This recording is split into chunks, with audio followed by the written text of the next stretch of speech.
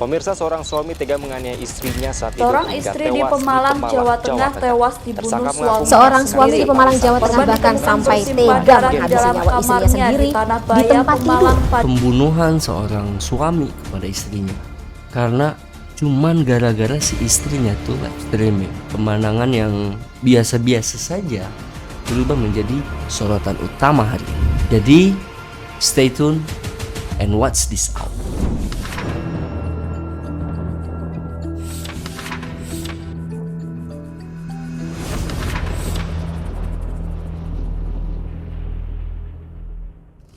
Oke, mari kita explore lebih dalam kasus eksekusi yang bikin geleng-geleng kepala nih. Dwi Aprilianingsih, seorang wanita asli Pemalang, jadi korban eksekusi yang dilakukan oleh suaminya, Sarafuddin. Alasannya? Ya, gara-gara istrinya suka live streaming di media sosial. Sebelum kita lanjut, mari sebat dulu, biar lebih enjoy dan relax. Oke, ceritanya dimulai dari pertengkaran suami dan istri. Sarafuddin dan Dwi terlibat cekcok sampai akhirnya Sarafuddin mengambil langkah yang ekstrim untuk menyelesaikan masalah keluarganya ini. Kejadiannya ini bukan hanya mencengangkan warga sekitar nih, tapi juga membuat mereka geger kayak band tuh. Setelah aksinya, kabarnya Sarafuddin sempat kabur, tapi untungnya pihak berwajib berhasil menangkapnya. Sarafuddin, sang eksekutor, yaitu sang suami, itu berumur 24 tahun. Sementara korbannya, sang istri, Dwi, berumur 22 tahun. Berarti mereka itu nikah muda ya guys. Apalagi dia itu sudah punya anak 2 berumur 4 sama 1 tahun. Sang suami, Sarafuddin, itu bekerja sehari-harinya itu mencuci motor. Sedangkan Dwi itu IRT lah, ibu rumah tangga yang merawat kedua anaknya. Keluarga mengakui Dwi itu sebagai istri yang baik, penurut dan pengertian.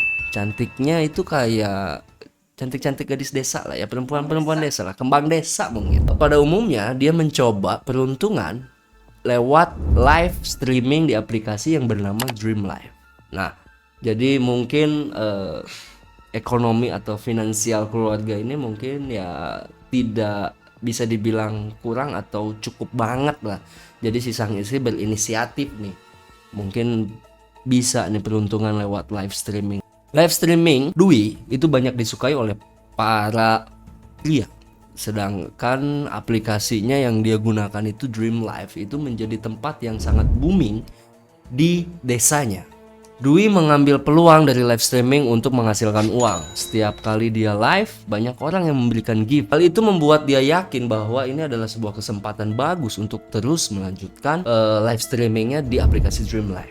Dia tak perlu terus meminta uang pada Sarafuddin dan dapat mandiri finansialnya. Sejak itu, tekad Dwi bulat untuk terus live streaming.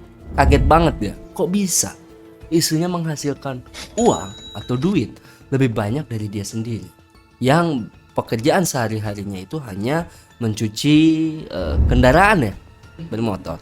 Bahkan Sarafuddin si suami itu nggak nyangka usahanya dia mencari uang itu nggak bisa dibilang cuman berapa jam live streamingnya Dwi lah. Jadi dia sangat kaget ketika Dwi punya uang lebih besar dari dia. Dwi sang istri udah merasa jackpot.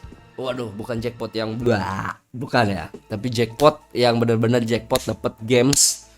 Itu dia sampai nekat live streamingnya selama 4 jam sehari. Nah, dari situ Sarafuddin mulai bingung apa yang ada di pikirannya istrinya.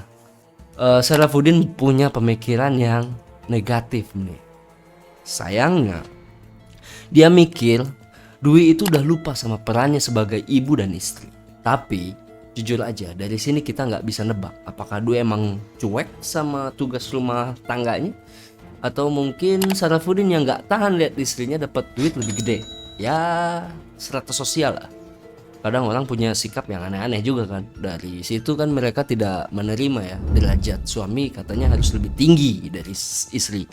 Cuman kan Ya, pemikiran orang beda-beda. Sarafudin bercerita, menurut dia anaknya itu dilupakan sama Dwi yang kebanyakan sibuk live streaming. Padahal waktu itu Dwi masih di rumah, bisa sambil urus anak, sambil live streaming. Kalau dipikir-pikir, gimana tuh ibu-ibu di luar sana yang bekerja di kantor, di pabrik, pasti jauh lebih sibuk tuh.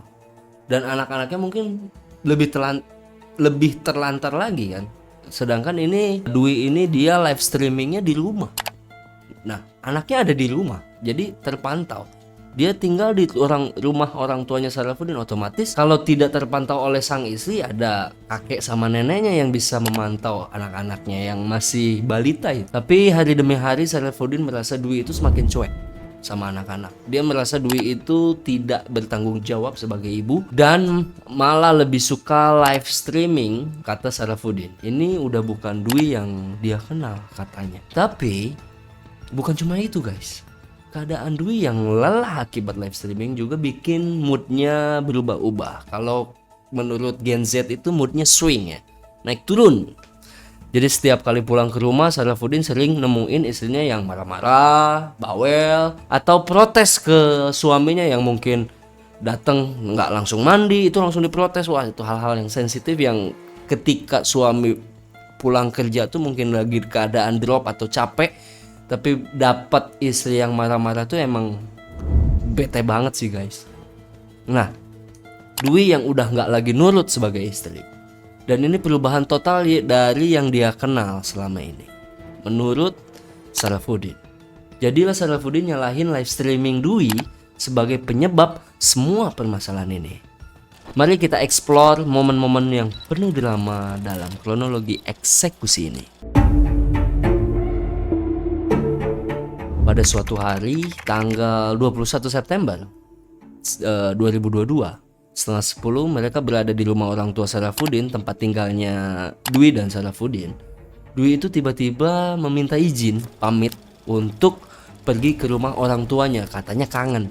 Yang rumah orang tuanya itu tinggal di desa Lodaya, Radu Dongkal, Pemalang ya, Jawa Tengah. Sarafudin kaget dong, bertanya-tanya, emang beneran kangen atau ada tujuan lain? Dwi menjawab, ya nanti sekalian kerja, mau live streaming di aplikasi Dream Live. Ini yang bikin Sarafudin bingung, kenapa live streaming itu harus di rumah orang tuanya? Apakah rumah orang tua Sarafudin itu kurang oke? Atau mungkin dia nggak ada wifi di situ, mungkin sudah habis kuota juga nih si Dwi. Dalam pemikiran Sarafudin muncullah tebakan-tebakan atau negatif thinking tentang Dwi yang berpikiran mungkin ya rumah orang tuanya itu atau nggak bagus lah, wifi nggak ada wifi lah, atau rumah orang tuanya Sarafudin itu kurang nyaman lah. Nah itu tuh masuk tuh ke pemikiran-pemikiran Sarafudin. Sampai situ Sarafudin dengan tenang dia menjawab, oke, kita ke sana bawa anak. Tapi Sarafudin juga menjawab dengan sabar, anak-anak dimandikan dulu ya, aku juga pengen mandi dulu. Siap-siap baru berangkat ke rumah orang tuamu, kata Sarafudin. Tapi Dwi malah bilang, nanti aja mandiin anaknya itu di rumah orang tuaku, di sana masih bisa kan? Sarafudin yang saat itu nggak mau ribet, nurut aja. Oke, aku ganti baju dulu. Dan kemudian Sarafudin masuk ke kamar. Dan disitulah dia mulai mikir yang enggak nih, pemikiran-pemikiran negatif. Dan ya itu sudah diselimuti oleh suudon, itu masuk ke pemikirannya dia. Terus sebenarnya kalau misalnya kita pikir-pikir ya, itu win-win solution juga kan. Nggak harus mandi di rumah orang tuanya Sarafudin, dia bisa mandi di rumah mertuanya. Tapi Sarafudin udah mikirnya kemana-mana nih. Wah, istriku udah nggak nurut, udah nggak bisa diajak ngobrol baik-baik, pokoknya aneh-aneh lah pemikirannya gitu. Tapi nih guys, ada satu kejadian yang bikin Sarafudin semakin yakin kalau istrinya itu beneran jadi pembangkang. Saat Sarafudin lagi ganti baju, tiba-tiba Dwi masuk ke kamar, langsung mendorong dan bilang, cepat, udah telat, ayo berangkat sekarang. Sarafudin yang sabar coba ngomong baik-baik, sebentar, aku ganti baju dulu. Sarafudin masih dengan kesabarannya ya tuh guys. Tapi gilanya lagi nih, Dwi langsung kasar, nggak ngehormatin suaminya. Dia sampai nendang perut Sarafudin, bikin Sarafudin sendiri kaget. Nah, udah mulai aneh nih. Dwi bener-bener udah beda, udah nggak menghormati suaminya. Selama ini kan Dwi nggak pernah kayak gini. Ini udah bikin Sarafudin makin yakin kalau istrinya itu udah jadi pembangkang. Lanjut dengan perdebatan di kamarnya, karena Sarafudin merasa nggak dihormati. sebagai suami. Dwi malah terus melontarkan kata-kata kasar ya. Apa perlu dijelasin nih guys, Sarafuddin itu tipikal laki-laki yang penyabar banget, sayang banget sama keluarga dan fokus sama mereka, nggak neko-neko lah. Seorang suami yang nggak neko-neko, sayang sama istri, nggak pernah ninggalin, dan cuman pengen istri yang nurut dan sayang sama keluarga. Tapi dalam situasi ini dia udah numpuk amarahnya nih, udah nahan semua sampai akhirnya pecah gara-gara perlakuan istrinya yang udah kelewat batas. Sarafuddin sambil memandang ke arah istrinya melihat bagaimana kemarahannya terus meledak, dia merasa ini mungkin hari terakhir kesabaranku. Sementara istrinya masih terus ngomel nih, Sarafuddin pergi tanpa berkata apa-apa. Dengan diamnya dia pergi meninggalkan Dwi menuju ke dapur. Di dapur ini yang harus kalian ketahui guys, Sarafuddin itu ngambil sebilah pisau, kemudian kembali ke kamar tanpa basa-basi dia mendorong istrinya ke tempat tidur. Meskipun Dwi itu masih membentak dan berkata kasar ya, tanpa memberi respon, Sarafuddin langsung menarik pisau dan menancapkan di leher Dwi. Kebayang gak?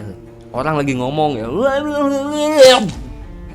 dia langsung pasti omongannya langsung tersedak. Mungkin teman-teman bisa bayangin lah ketika teman-teman nonton film-film yang gore gitu ya, itu pasti bayangin aja lagi ada suara langsung ditusuk di bagian leher tuh. Aduh, nggak dibayangin tuh sakitnya kayak gimana tuh. Sampai mulut Dwi yang tadinya masih berkata kasar langsung terhenti karena ada pisau yang menancap di lehernya. Ya kalian pikirin aja deh, gue sih udah nggak habis pikir aja sih sama kelakuannya Sarafuddin ya, bisa setega itu dia. Sarafuddin tidak puas sampai di situ, dia mengambil gunting. Jadi di sebuah kamarnya itu ada meja, mungkin kayak meja rias gitulah ya. Nah di atas mejanya itu ada gunting. Dia ambil gunting itu, langsung menghantamkan gunting itu ke istrinya. Dwi yang sudah bersimbah cairan merah, tapi Sarafuddin belum puas. Dia cabut pisau yang ada di leher, lalu dia dia tusuk ke bagian perut ya, kalau nggak salah ya, di perut. Dia tusuk ke bagian perut. Dwi berusaha berteriak, tapi teriakannya hanya terdengar oleh warga-warga yang notabene tidak jauh lah, karena ditusuk di sini masih bisa berteriak ya, mungkin teriakannya samar ya, nggak terlalu terdengar jelas. Namun rumah mereka itu tertutup rapat. Nah akhirnya warga datang. Karena rumah mereka tertutup rapat, akhirnya warga itu datang ke ketua RT untuk melaporkan kejadian ini, yang menyatakan bahwa situasi ini sangat genting. Dia mengusulkan untuk membuka paksa pintu dari rumahnya Sarafuddin dan Dwi. Warga kemudian berusaha mendobrak pintu rumahnya, sementara ketua RT melaporkan kejadian ini ke pihak balai desa. Setelah beberapa usaha, akhirnya pintu berhasil terbuka. Ketika warga masuk, mereka menemui suasana yang hening. Nah, mengejutkannya ya, tidak ada suara apapun di dalam rumahnya Dwi dan Sarafuddin ini.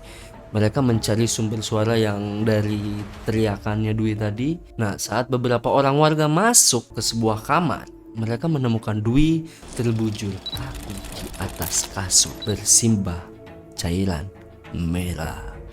Warga yang fokus untuk menyelamatkan Dwi yang sudah terbujur kaku di atas kasur, mereka akhirnya melarikan ke rumah sakit sambil menelpon pihak berwajib agar segera datang ke tempat kejadian. Sarafuddin sementara itu masih berada di dalam rumah, tapi warga sekitar yang ada di dalam rumahnya itu tidak mengetahui keberadaan Sarafuddin.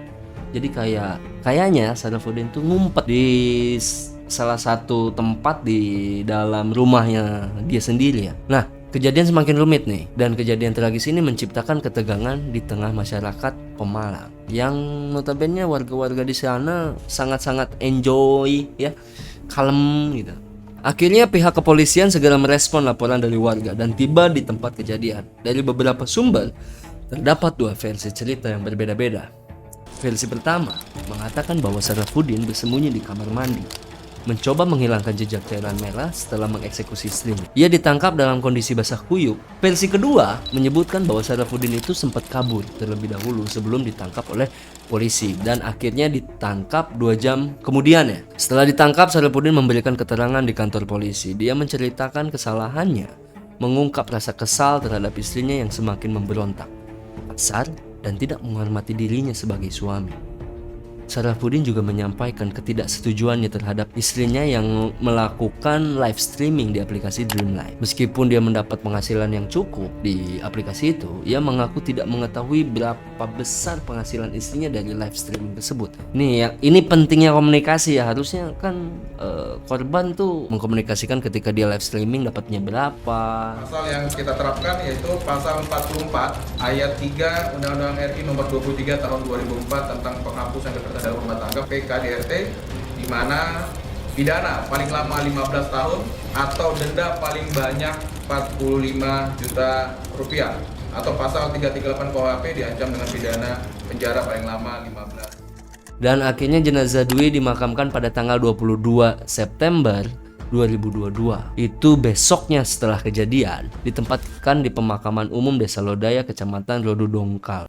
Proses pemakamannya sangat haru ya, menyedihkan karena Dwi ini meninggalkan anak-anak yang masih balita 4 sama 1 tahun yang akhirnya akan dibesarkan oleh kakek dan nenek mereka sendiri. Dari kasus ini banyak pembelajaran yang bisa kita ambil. Pertama, jangan biarkan uang mengaburkan pemikiran kita. Sebagai istri, tidak boleh sampai uang itu menjadi hal yang atau alasan kita tidak patuh terhadap suami. Komunikasi itu sangat penting. Jika ada perubahan dalam mencari rezeki itu harus dikomunikasikan. Toh kan kalau misalnya komunikasinya lancar, live streaming itu kita bisa memanfaatkan dengan baik.